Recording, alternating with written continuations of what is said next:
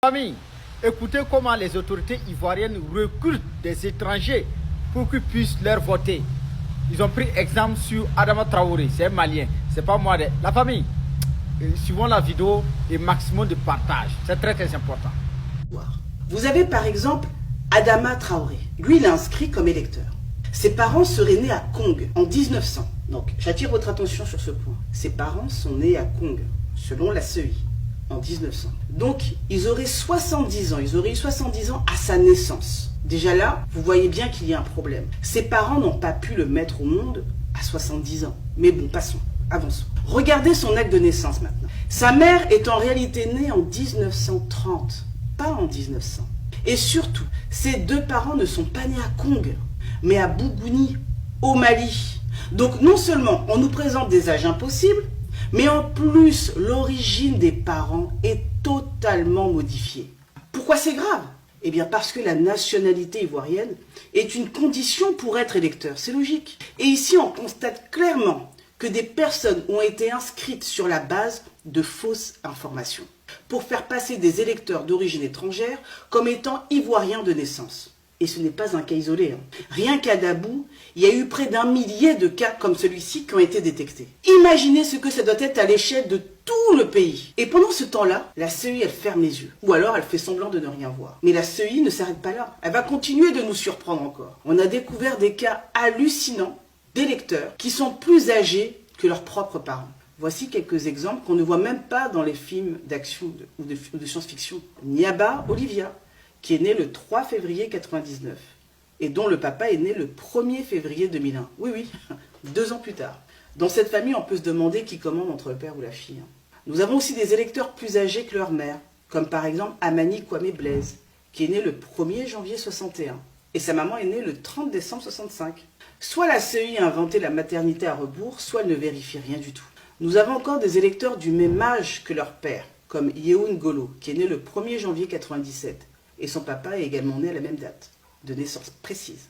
Un papa jumeau de son fils, quoi, et ça ne choque pas la CEI. Nous avons encore des électeurs du même âge que leur mère, par exemple Yen Wati Korté, né le 1er janvier 1960, et sa mère est née le même jour, au même lieu. Mère et fils ont la même date, même année, peut-être même ont-ils partagé la même classe pendant qu'on y est, qui sait. Pendant ce temps-là, voilà ce que déclare fièrement la CEI. Écoutez-la. Aujourd'hui, la Côte d'Ivoire a un système électoral fiable. Ce n'est pas parce que nous sommes à la commission électorale indépendante qu'on le dit.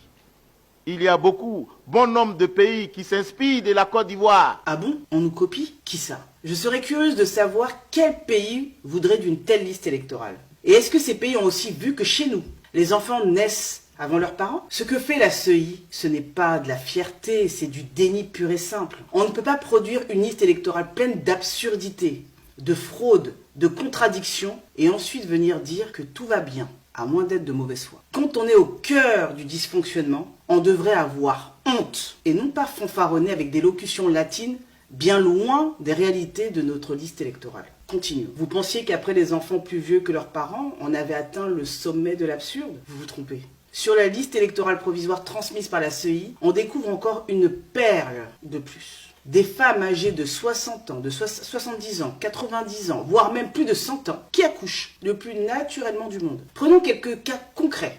Gouré Justin Diaouri, qui est né le 31 décembre 83. Vous savez quel âge a eu sa maman? À quel âge sa maman l'a eu? Eh bien, d'après la CEI, sa maman est née le 1er janvier 1852. Ça veut dire qu'elle avait 131 ans quand elle l'a mis au monde. Oui, vous avez bien entendu, 131 ans. On a aussi le cas de Apo Géraldine Yavo, dont la maman avait 91 ans le jour de sa naissance. Là aussi, chapeau bas à la CEI pour cette prouesse médicale. Et ce n'est pas quelques cas isolés. Selon nos recherches, il y avait 23 084 électeurs, dont la mère avait plus de 60 ans au moment de leur naissance. 23 000. Alors soit la médecine ivoirienne est en avance de plusieurs siècles, soit, soyons francs, la CEI invente, bricole, laisse passer des absurdités grossières sans sourciller. Sur la liste électorale 2025, la biologie ne compte plus.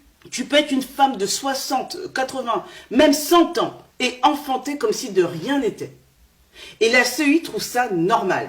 Résultat, on se retrouve avec une liste électorale qui défie la science, la logique et la crédibilité même de notre démocratie. Bravo la CEI.